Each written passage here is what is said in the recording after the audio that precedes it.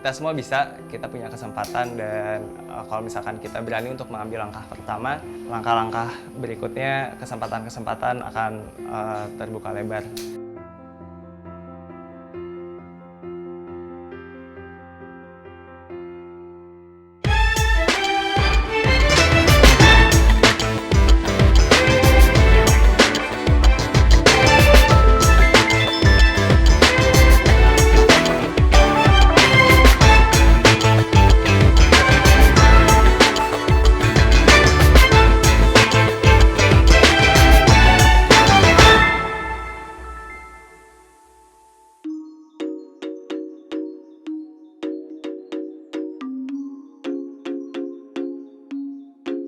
Nama saya Alain, founder dari Studio Dapur.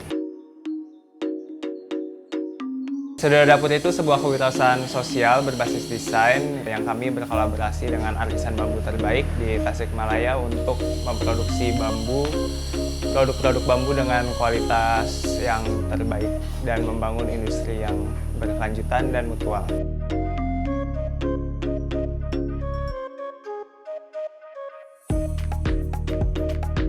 Studio Dapur itu diambil dari nama itu sendiri, yaitu Studio dan Dapur, di mana kami mendesain produk-produk untuk kebutuhan ruang dapur, yaitu seperti peralatan makan, peralatan penyajian makanan, atau untuk memasak.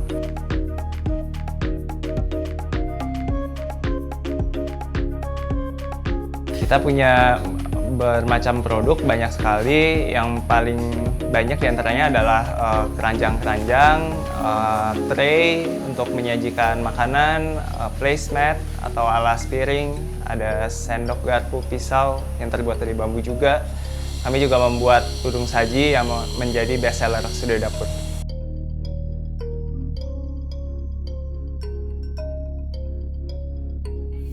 Membuat Studio Dapur itu dimulai dari waktu itu pertama kali kami bertemu dengan master artisan kami sekarang, yaitu Pak Toto Mulyana. Waktu itu kami masih di bangku kuliah dan kami sangat terkesan dengan produk-produk buatan beliau, dan di situ kami menjadi sangat tertarik untuk mendalami produk bambu karena kami yakin produk-produk ini punya potensi yang besar gitu. Jadi disitulah asal mula kami memulai Studio Dapur.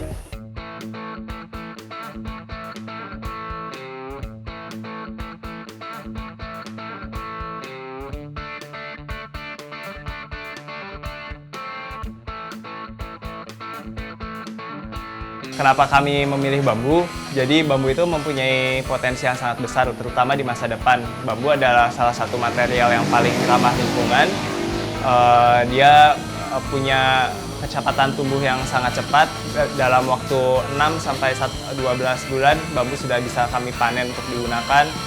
Dan materialnya sangat kuat. Bambu berbeda dengan kayu, bambu itu bisa dibentuk berbagai macam. Kita mau buat papan juga bisa, atau kita mau buat anyaman, berbagai macam bentuk dan pola itu bisa.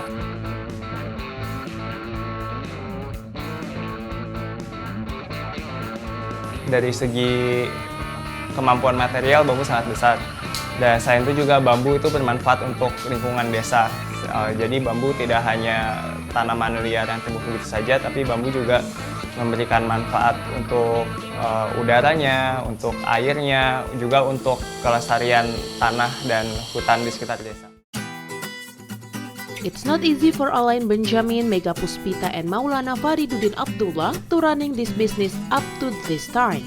Beginning from their passion for a woven, made the three running a business with bamboo-based product.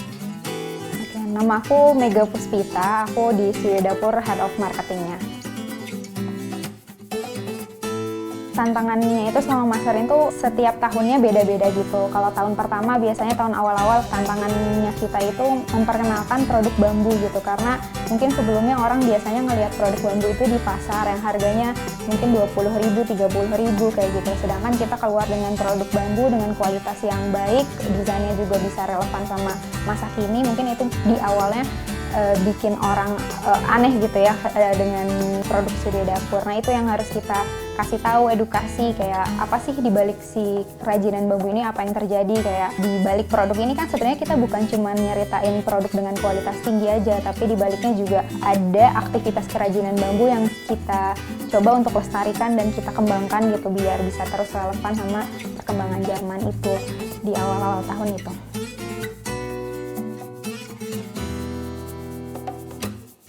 Digital marketingnya itu penting banget sih, apalagi ya sekarang karena semuanya berubah dari offline ke online. Terus beneran kita tuh yang paling penting selain marketingnya kayak iklan mungkin di ads juga itu kita lakuin, terus juga di ads dari Facebook, Google kayak gitu. Cuman yang paling penting sebenarnya ngebangun komunitas online-nya gitu, komunitas online customer-nya Studio Dapur itu yang terus kita pelajarin sih. Gimana cara kita komunikasi sama customer-customer kita atau followers kita yang ada di Instagram, ngebangun komunitasnya itu supaya ada hubungan gitu yang terjadi antara Studio Dapur dan customer-nya gitu.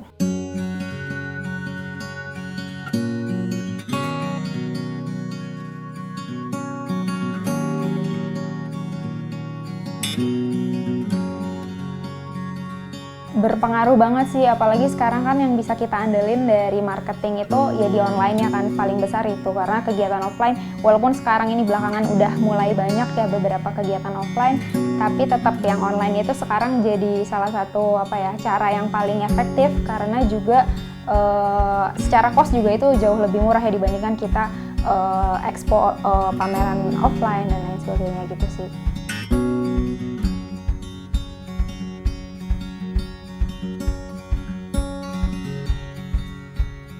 Target market Studio Dapur itu kebanyakannya perempuan ya, perempuan yang suka home decor, terus juga mungkin aktivitasnya diantara kayak masak makan, terus food photography kayak gitu. Karena biasanya produknya juga selain digunakan untuk menghias rumah atau menata rumah gitu, itu juga dipakai untuk properti photoshoot, terus juga itu yang B2C-nya. Terus kalau misalnya B2B-nya itu yang tadi kayak hotel, restoran, dan juga cafe yang punya value sama dengan kita tentang produk yang sustainable, terus produk yang menggunakan karya dari lokal kayak gitu.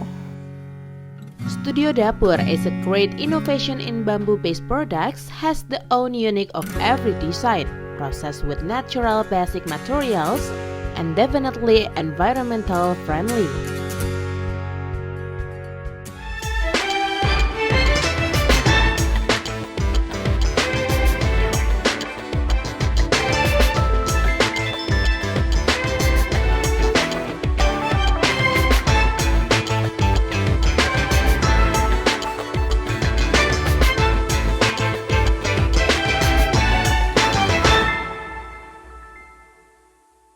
Difficult time when the pandemic made Alain, Mega, and Maulana think hard how they could continue running their business.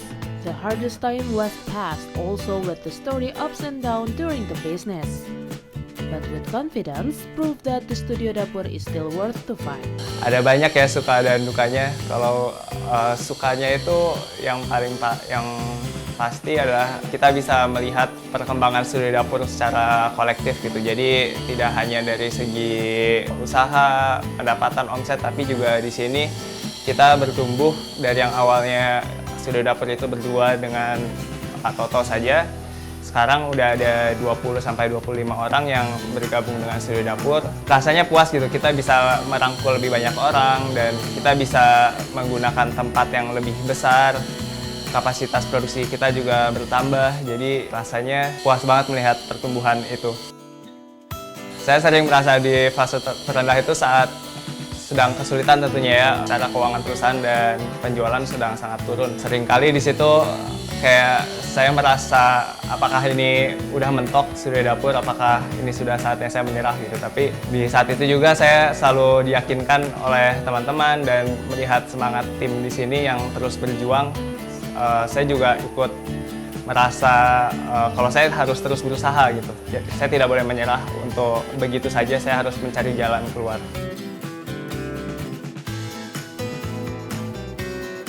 Cara saya membangun semangat itu dengan tetap yakin dengan tujuan ya. Jadi saya punya tujuan yang jelas, Studio Dapur tuh ingin seperti apa, ingin dibawa kemana, dan itu yang saya pegang terus. Selain itu juga saya selalu ingat dengan teman-teman dan rekan-rekan saya di Studio Dapur.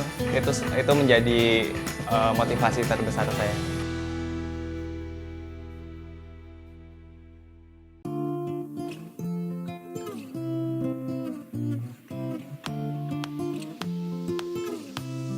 Waktu Mas Arin sebenarnya yang paling mengharukan sih sebenarnya kalau bisa ketemu sama customer yang benar-benar respect gitu sama hasil kerja kita, yang kayak mereka ngelihat semua detail produknya dan mereka appreciate gitu.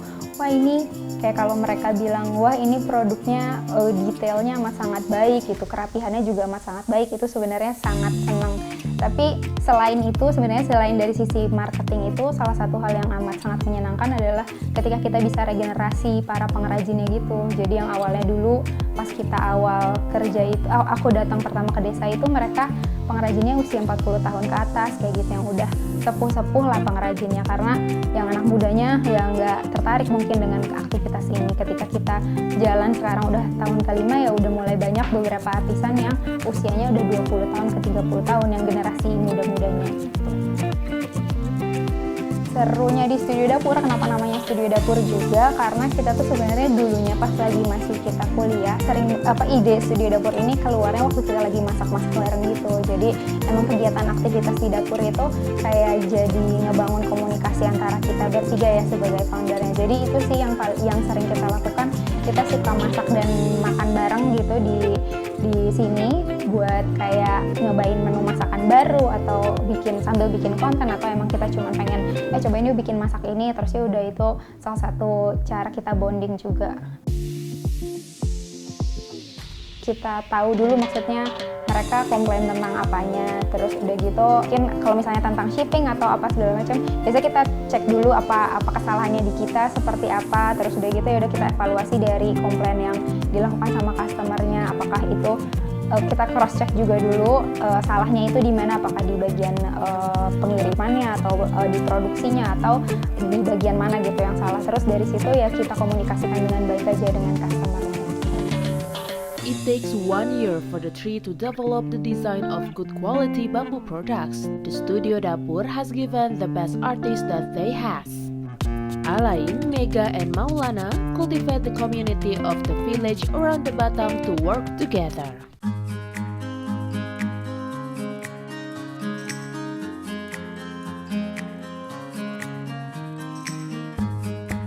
Saya Toto Mulyana, di sini sebagai ketua di artisan bambu Studio Dapur. Dulu kan ada Neng Mega ya, Neng Mega salah satu mahasiswa di Tenas. Dia kalau punya tugas suka datang ke sini ya, sampai di tugas akhir juga dia produksi di sini. Nah setelah itu, setelah lulus, setelah selesai, dia ngajak ke saya, Pak, ayo kita kerja sama yuk, usaha bambu yuk. Ayo Neng, siap gitu.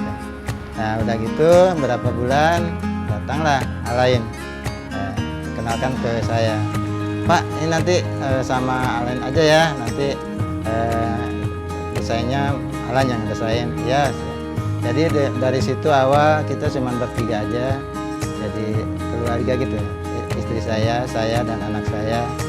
Nah setelah itu nambah ada satu orang, nambah lagi satu orang, itu 5 orang tuh sampai setahun lebih ya, mungkin setahun lebih 5 orang berjalan. Cuman Alan bilang, wah ini Pak kalau begini terus kayaknya sih kita nggak bisa dapat banyak gitu.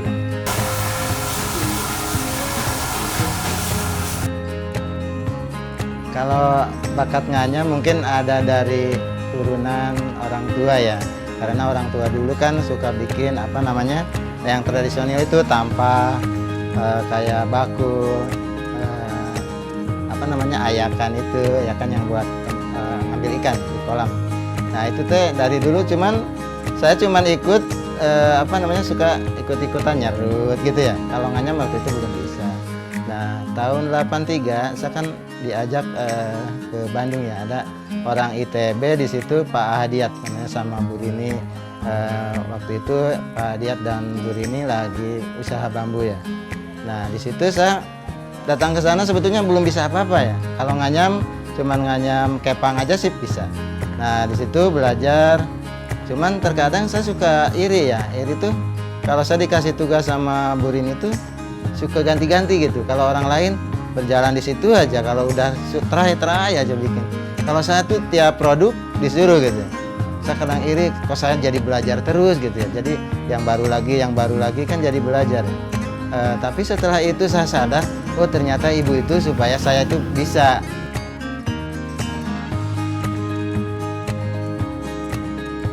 Sering kalau masalah itu ya, terutama di masalah cuaca ya. Walaupun kita bikin oven, tapi ovennya manual kan dan kecil. Kalau kita lagi produksi banyak kewalahan juga. Misalkan ini cuma masuk berapa 1.000, tapi kalau dibikinnya sampai 4.000 lamar, 5.000 lemar kan udah bingung ngejemurnya ya. Di situ juga ada kadang-kadang kesulitan. Terus kadang-kadang di artisan sendiri, kadang-kadang misalkan kita lagi suka ada halangan gitu kan, itu lagi dikejar waktu misalkan, itu sering banget terjadi. Through the creative hands of this artist, Studio Dapur created product of high value and quality.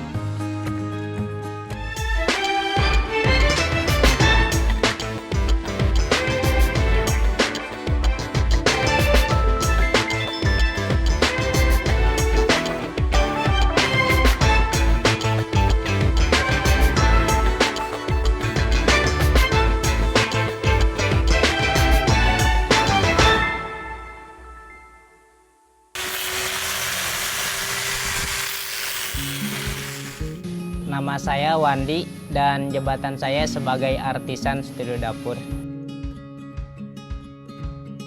Saya di sini sekitar udah hampir 3 tahun kerja di sini, dan awalnya saya masuk sini karena saya diajak sama istri untuk bekerja di industri bambu.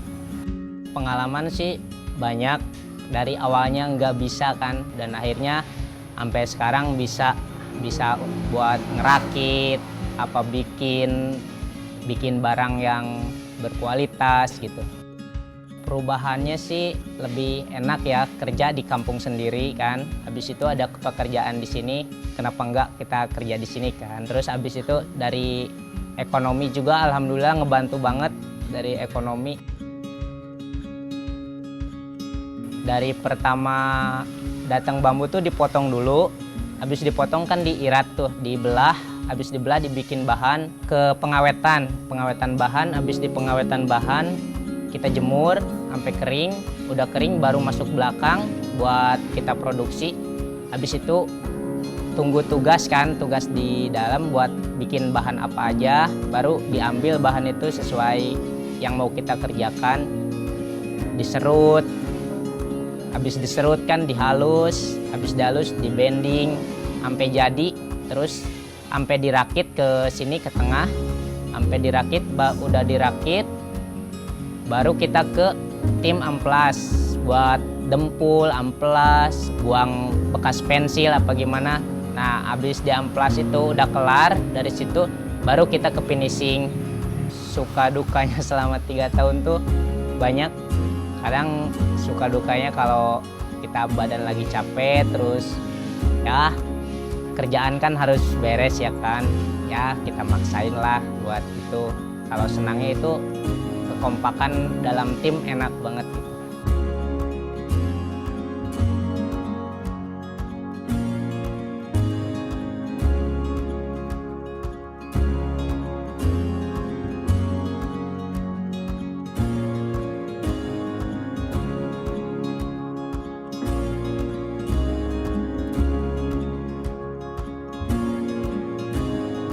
Kalau desain dari Studio Dapur kebanyakan dibuat oleh saya, tapi juga banyak juga masukan dan keterlibatan dari partner saya. Studio Dapur ini didirikan oleh 3 orang yang semuanya desainer produk.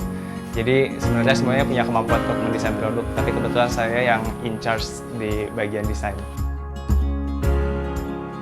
Saya mengambil inspirasi itu kebanyakan dari produk sehari-hari. Jadi Studio Dapur itu produknya sederhana, bukan desain yang complicated. Jadi lebih ke produk sehari-hari seperti tampah, keranjang, atau kotak-kotak yang biasa dibuat untuk hampers.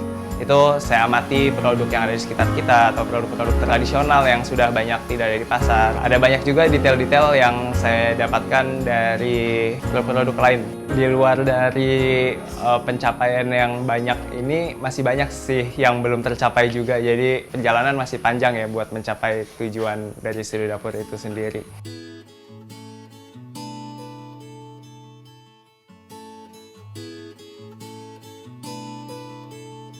UMKM Indonesia itu punya potensi yang sangat bagus gitu. Potensinya sangat besar, terutama dengan sumber daya alam yang kita punya. Tapi seringkali kekurangan dari UMKM di Indonesia itu ada di segi manajemen dan kualitas produknya. Jadi mereka sering kali tidak bisa memanage produksinya dengan baik dan juga kualitasnya tidak terjaga gitu. Jadi kadang bagus, kadang jelek, dan ini sangat menyulitkan di pasar. Terutama untuk bersaing dengan produk-produk dari luar negeri.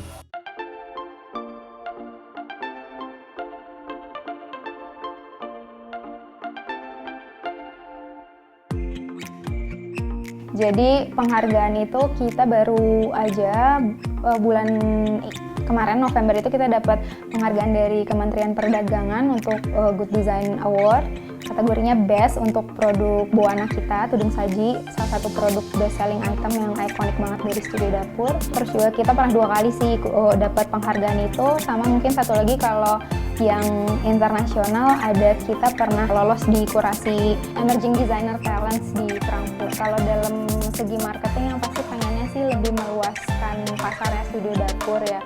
Selain itu tuh aku pengen ngebangun komunikasinya sih sama customernya biar bisa di sosial media itu kita bisa lebih komunikatif dan interaktif gitu sama customernya, itu sih yang pengen kita lakuin.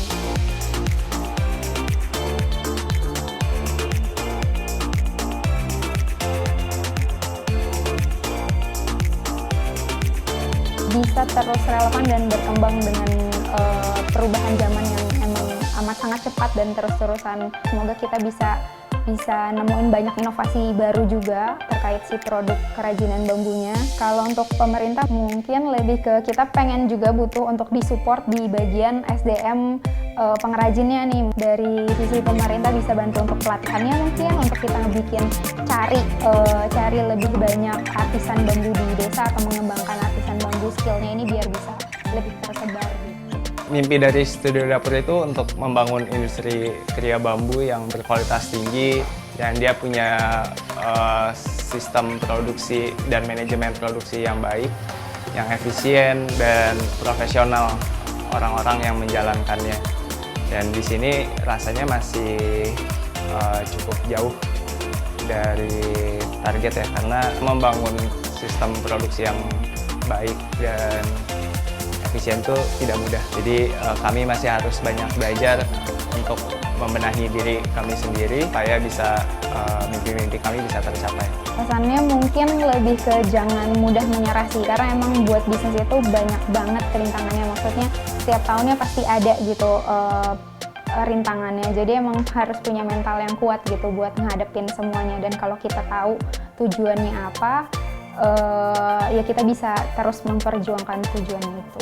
Gitu aja sih. Kita semua bisa, kita punya kesempatan, dan kalau misalkan kita berani untuk mengambil langkah pertama, langkah-langkah berikutnya, kesempatan-kesempatan akan terbuka lebar. If there are no quality bamboo products, bamboo woven will only become an excellent woven. Therefore, Alain, Mega, and Maulana with Studio Dapur will continue to produce high-quality bamboo products to reduce using of plastic.